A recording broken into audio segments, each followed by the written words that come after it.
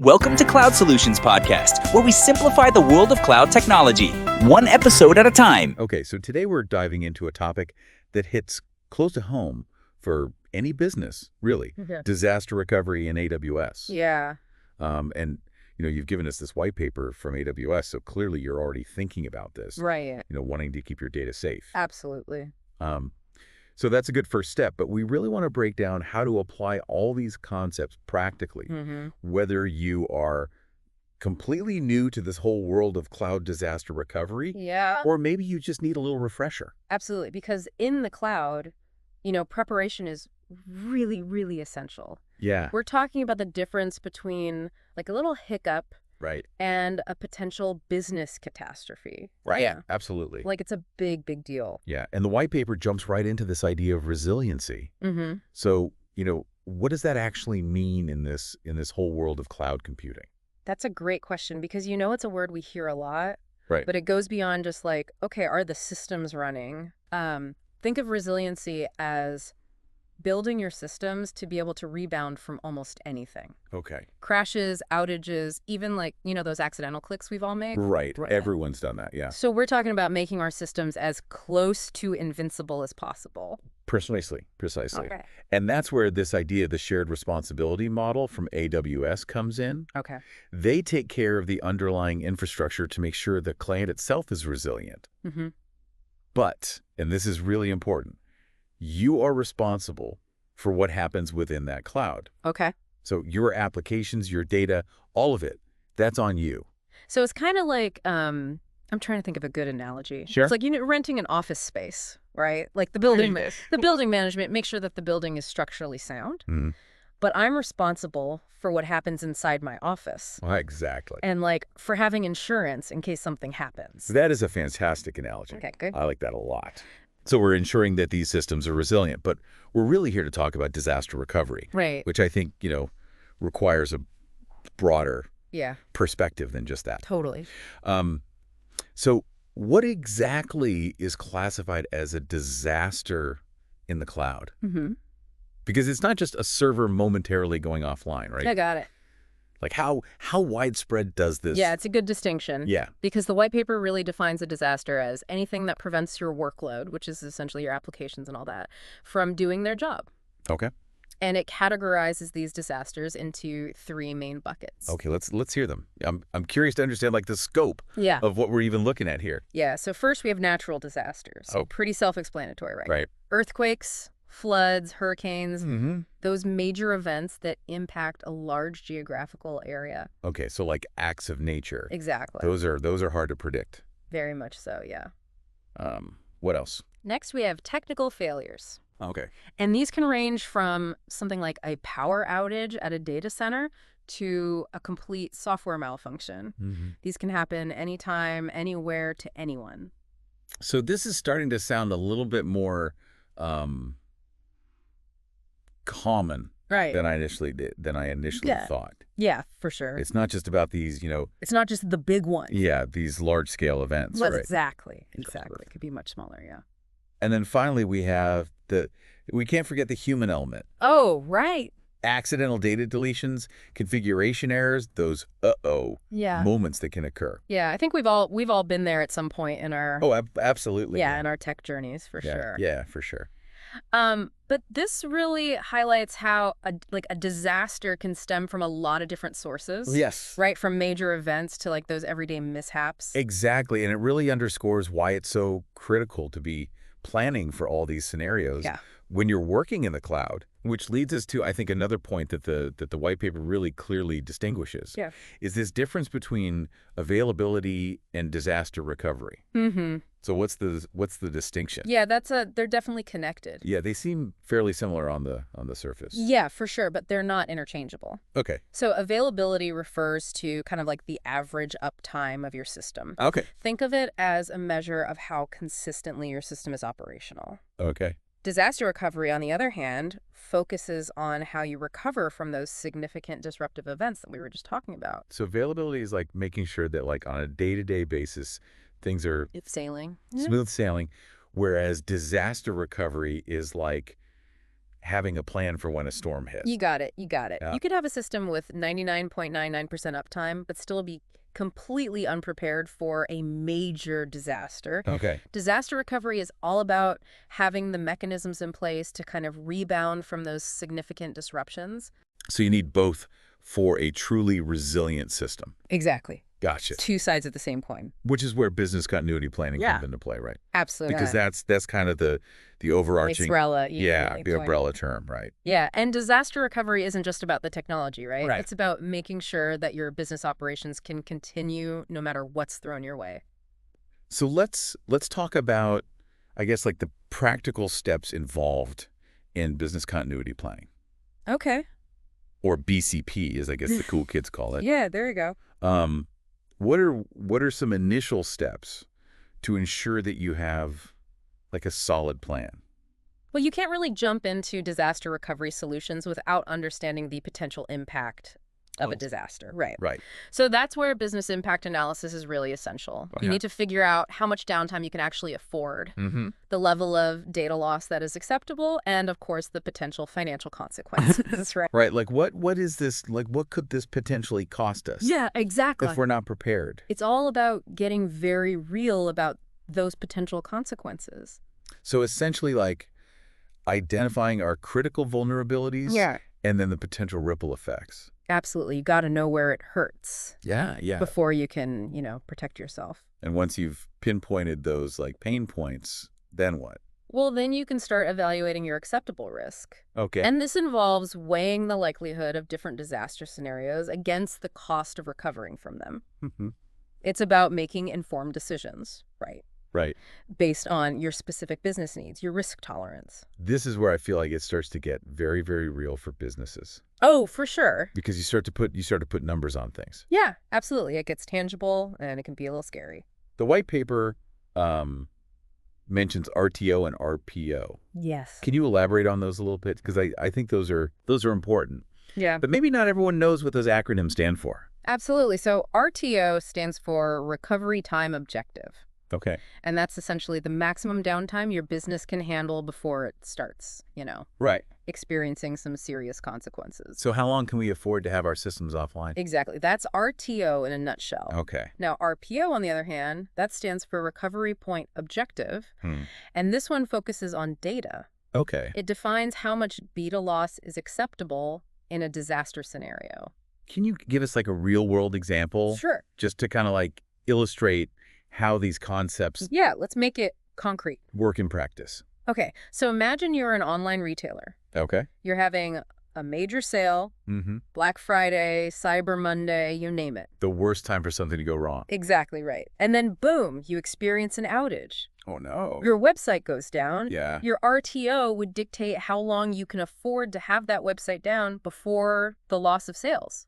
And the customer trust, frankly, becomes critical, right? That's a huge deal. And then the RPO, that would determine how much order data you can afford to lose. Okay. So you're balancing the cost of data recovery with the potential impact on, Right. operations, customer service, all of that. Yeah. So it gets very real very fast. Okay. That makes it much clearer. Good. So those RTO and RPO numbers would be specific to each business, right? Absolutely. There's no magic number. No silver bullet, unfortunately. It all depends on the specifics of your business. It comes down to the individual business needs, their risk tolerance, and how critical their data and applications are. And how do those factors, the impact analysis, the risk assessment, defining the RTO and RPO, Yeah. how do those then influence the choice of a disaster recovery strategy? Well, they're the foundation, really. Once you understand your risk tolerance, your downtime limits, you can then actually evaluate different disaster recovery approaches to see which one fits best. So it's not a one-size-fits-all. No, not at all. Gotcha. It's all about finding the right strategy that aligns with those very specific needs. Which I think is a perfect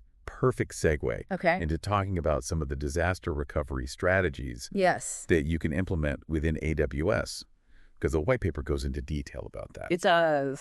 So I think let's explore those, because I think that's really crucial. Absolutely, yeah. To understanding the practical application of all of this. Let's dive in. Yeah. Each one offers a different approach to ensuring that business continuity in the face of a disaster. Awesome. So yeah, it's exciting stuff. Yeah. Lots to unpack there.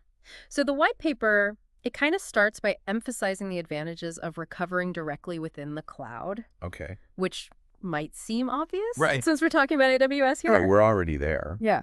But this approach offers some really distinct advantages compared to, more traditional methods. Right. It's not just about moving our data to the cloud for like everyday operations. Right. We're talking about leveraging the cloud for disaster recovery as well. Exactly. Using it as that safety net. So let's dig into those advantages a little bit. Yeah. Like, what makes recovering in the cloud different from, say, having like a physical backup data center?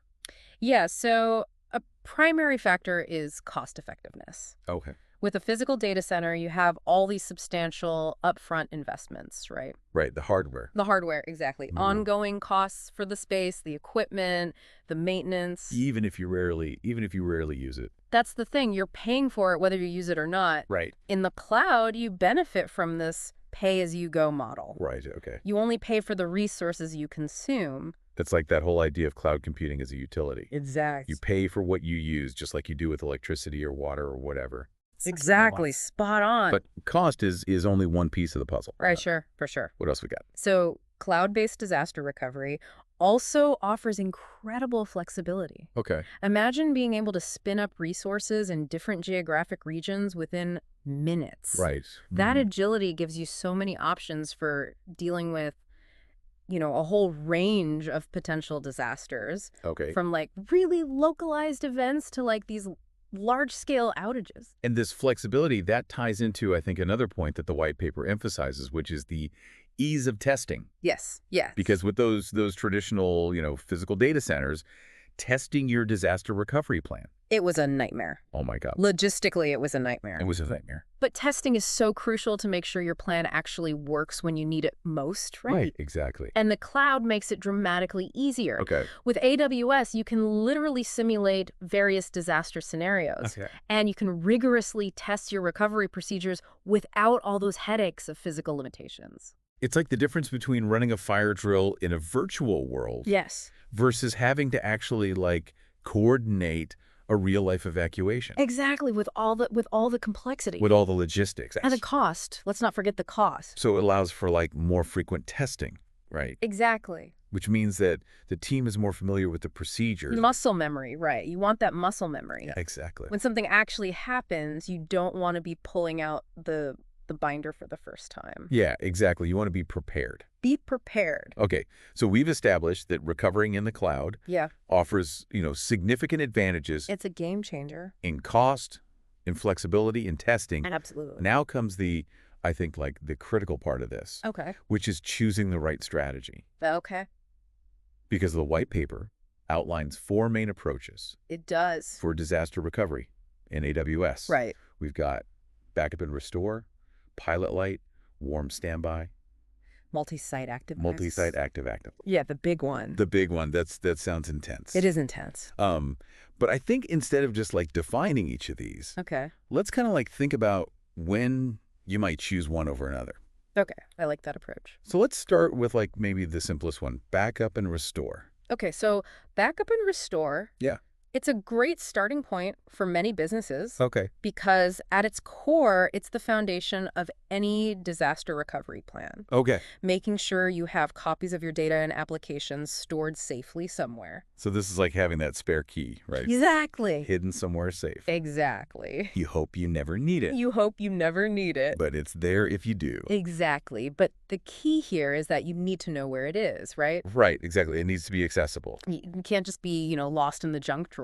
So with this backup and restore approach, what are some of the key considerations? With backup and restore, you're really aiming for data recovery. You're backing up your data regularly. Right. And if a disaster strikes, you restore it in a new environment. Okay. It's relatively simple to implement and manage. So it's pretty straightforward. Fairly straightforward, yeah, making it pretty cost effective, Okay. especially for less critical workloads. However, it's really important to remember that the recovery time can be longer compared to other strategies. Right. It takes time to get those backups up and running. Right. And that time, of course, translates to potential downtime for your business. Right. And time is money, as they say. Exactly. So the trade-off is really between that cost effectiveness and the potential for longer recovery times. It's a balancing act for sure. Okay, so let's move on to the pilot light approach. Okay, pilot light. How does that differ? So think of pilot light as having a minimal version of your application, Okay. always running in a separate AWS region. Okay. You're replicating your data to the secondary region, Mm-hmm. but you've only got like the bare essentials running, Okay. just enough to keep the lights on. So it's about maintaining like a minimal operational footprint Yeah, exactly. in another region. Exactly. It's like that little ember, Right. just waiting to be blown into a flame. So this standby setup just kind of sits idle, Pretty much. ready to scale up Exactly. if your primary region goes down. Exactly. So if disaster strikes, you've got a head start. So it offers faster recovery times than backup and restore Oh, absolutely. because you're not starting from scratch. Exactly. You're not spinning up from zero. Okay. You've fine. got that base infrastructure ready to go. But of course, the trade-off is that it requires more resources Of course. than just simply backing up data. You're paying for a little bit more peace of mind. So it's a little bit pricier. A little bit pricier. Exactly. Okay. So it's a step up in terms of both recovery speed Yes. and cost. That's the trade-off. Now let's talk about warm standby. Okay. Warm standby. How does this strategy kind of build upon those previous two? So warm standby takes that pilot light concept Okay. and kicks it up a notch. Okay. Instead of just the bare essentials, Right. you have a scaled down version of your entire application Okay. already running in that secondary AWS region. So if Pilot Light was like having Yeah, a spare engine ready to go, I like it. warm standby is like having a whole backup car on standby. Yes, that's a great analogy. Okay, good. So it's ready to roll. So if your primary region experiences any problems, Yeah, you can switch over to this warm standby environment much faster. much faster. It's up and running, so the transition is smoother. Seamless, ideally. Minimal downtime. That's the goal. But because you're maintaining more resources, Right, you got to pay for that readiness. it's more expensive. It is more expensive, yeah. And Pilot Light. Correct. Again, it's all about finding that balance right? Always about finding that balance. between, I guess, acceptable downtime and your budget considerations. And your risk tolerance, really, at the end of the day. Right. It's all about what keeps you up at night. Okay, now let's look at the most robust strategy. Right, here we go. Outlined in the white paper. Multi-site active-active. Holy grail. This one sounds intense. It is intense. So what does it even entail? So multi-site active-active, this is the gold standard. Okay. This is offering the highest level of resilience and minimal to no downtime. Wow, okay. Your application is running in 2 or more AWS regions simultaneously, Okay. not just as a backup, but actively running. Oh, wow. So if one region goes down, traffic is automatically rerouted to those other active regions. Seamlessly, ideally, your users won't even know there was a problem. Oh, it's like having, I don't know, multiple like synchronized control powers for an airport. Yes. Like if one goes down, the others just seamlessly take over. That's a great way to put it. Okay, so this offers the fastest recovery times The fastest. and like continuous availability. Continuous availability. That's pretty impressive. It's the ideal, right? Yeah. For businesses that cannot afford any downtime, Right. think like financial institutions, healthcare providers, e-commerce giants during like peak seasons. Right, Black Friday, Cyber Monday, yeah. Exactly. But that level of resilience, I can only imagine, comes at a price. It does.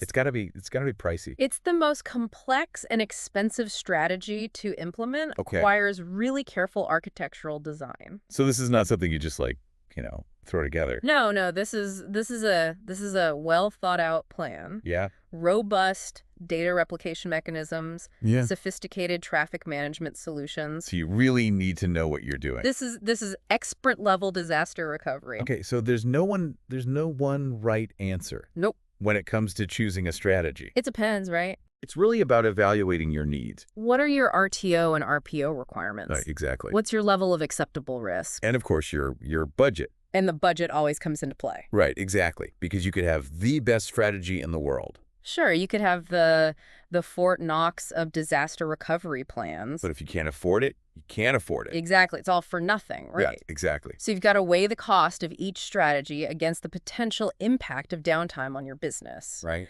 And it's not a static decision. Okay. You might start with one strategy and evolve as your needs change. Right. Or your business grows. Yeah, so you might start with backup and restore. Exactly. And then kind of work your way up. Work your way up to the holy grail of multi-site active ALK. Exactly, if you need it. If you need it, exactly. Now, the white paper also delves into the various, like, AWS services. It does. That can help implement these strategies. Tons of tools in the toolbox.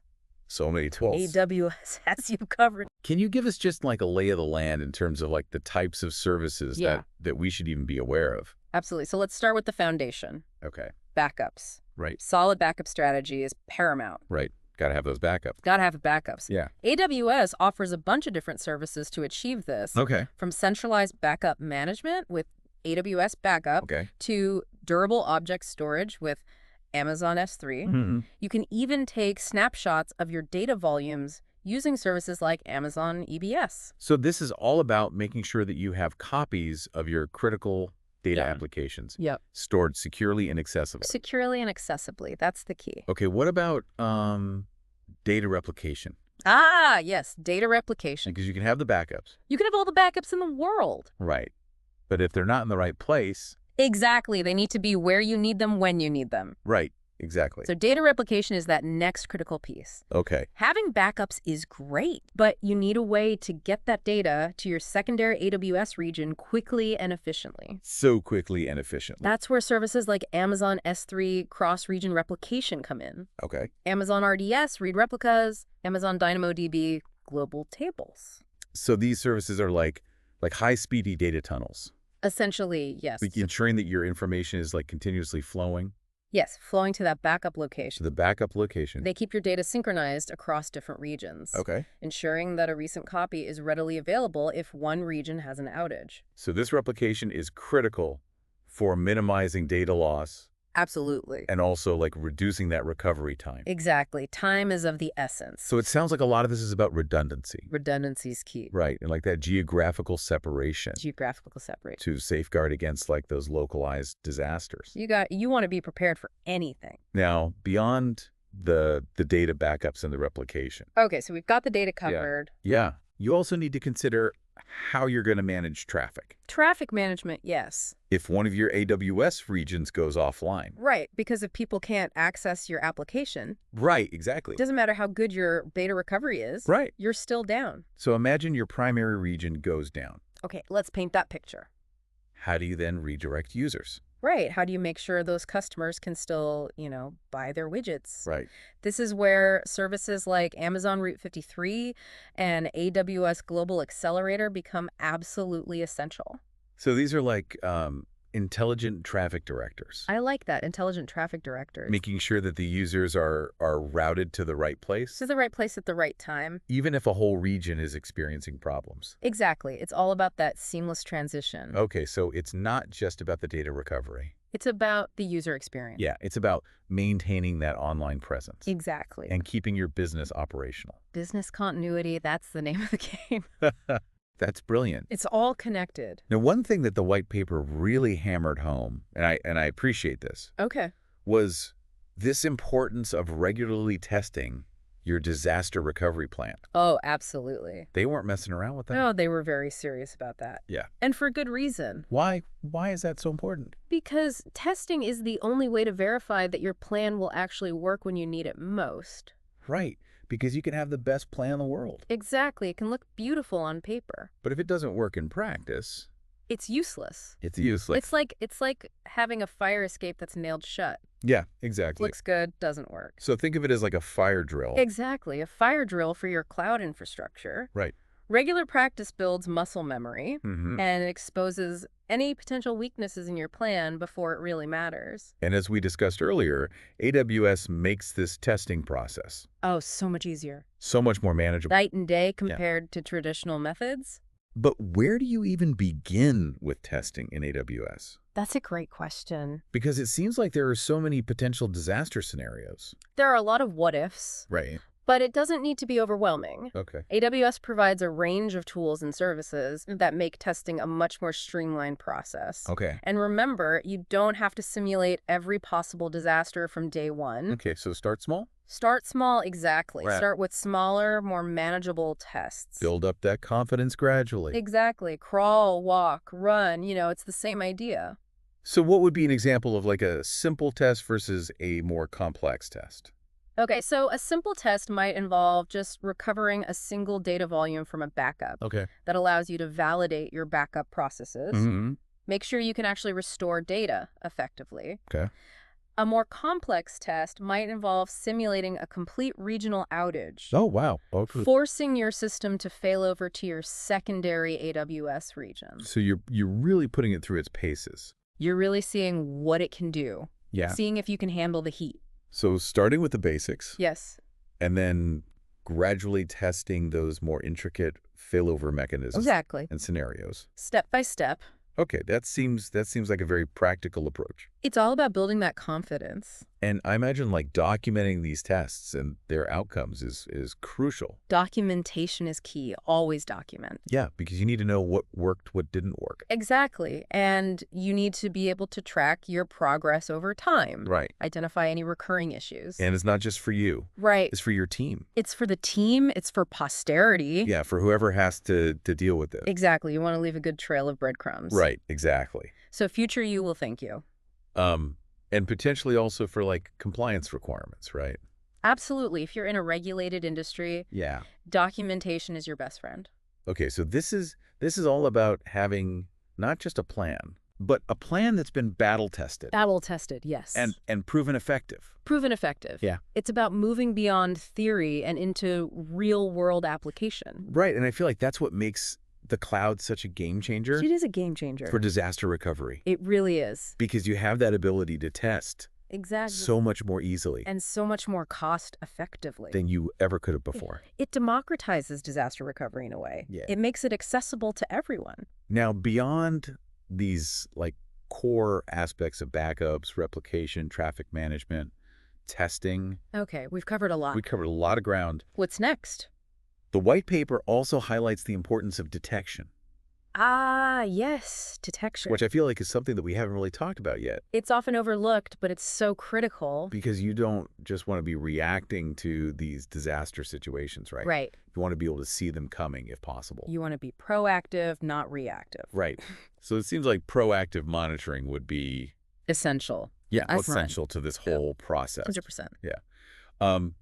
Does the white paper talk about any AWS services that can assist with that? Yeah, they do. Okay. So AWS provides services like the Service Health Dashboard. Okay. And the Personal Health Dashboard. Okay. And these dashboards give you these real-time insights into the status of AWS services. So it's like having eyes on the inside. Essentially, yes. Okay. They're watching things constantly. So they can alert you to potential problems. Exactly. Like before they blow up. Before they become major headaches, Okay. you can hopefully address them. So it's like having I don't know, like a team of watchful guardians.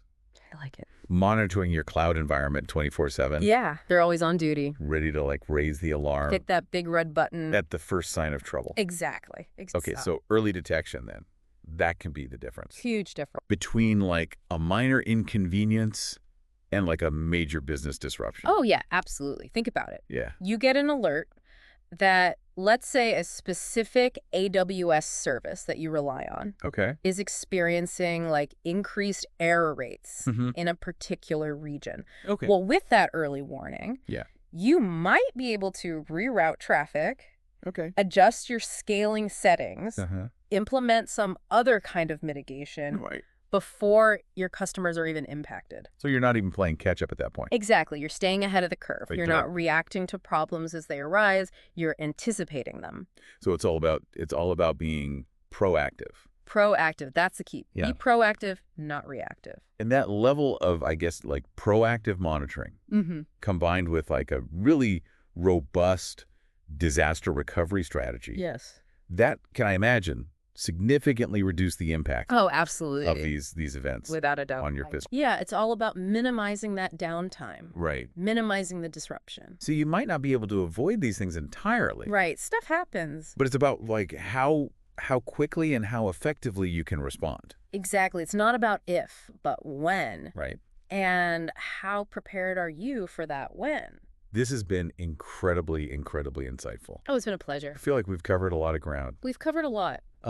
As we kind of like wrap up our deep dive here into disaster recovery in AWS, what are some of the key takeaways that you want our listener to walk away with? I think the biggest takeaway is that disaster recovery in the cloud, it's no longer optional. Right. It's a necessity for any business that relies on cloud infrastructure. And AWS gives you the tools. Absolutely. Right, to do this effectively. The tools, the strategy. It's not about if a disaster will strike, it's when. It's a matter of when, exactly. Being prepared means having that well-defined plan. A well-defined and tested plan? Right. Tested, yes. Can't forget about testing. Regularly tested. Regularly tested. And then also just like being aware of like what tools and services AWS has to offer. Because they're constantly evolving. Right. New services, new features. So you got to stay up to date. You got to stay up to date. Well, you've given us a fantastic overview, I think, of the technical aspects. It's been a pleasure. Of disaster recovery in AWS. But you know, beyond just the tech, the white paper also touches on, I think, like a really crucial element, which is the human factor. Yeah, we can't forget about the humans. So as our listener is kind of like fine-tuning their disaster recovery strategy. Yes. What are some like human elements that they should be considering? Okay, so first and foremost, you've got to have clearly defined roles and responsibilities. Okay, so who does what? Who does what? Exactly. When something goes wrong. Who makes the decisions during a disaster? Who has the authority to actually initiate specific recovery procedures? Right, because you don't want to be figuring that out. You don't want to be arguing about it. In the moment. When the systems are down and everyone's panicking. Yeah. Not the time for a committee meeting. So answering those questions beforehand. Exactly. Make sure that everyone knows their role. Everyone knows what they need to do. When it matters most. Exactly. And equally important, I imagine, is training. Training is crucial. Right. You can have the best plan in the world, but if your team doesn't know how to execute it, it's useless. It's all for nothing. Exactly.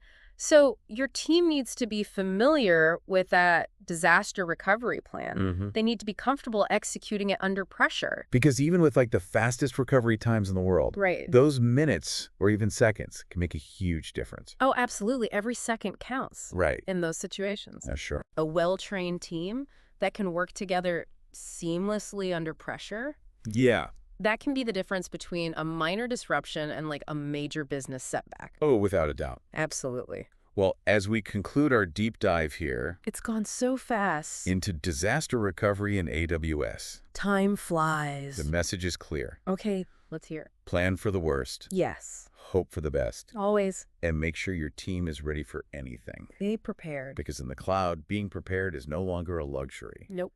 It's a requirement. Essential. Thanks for joining us on this deep dive. Thank you for having me. We'll catch you in the next one.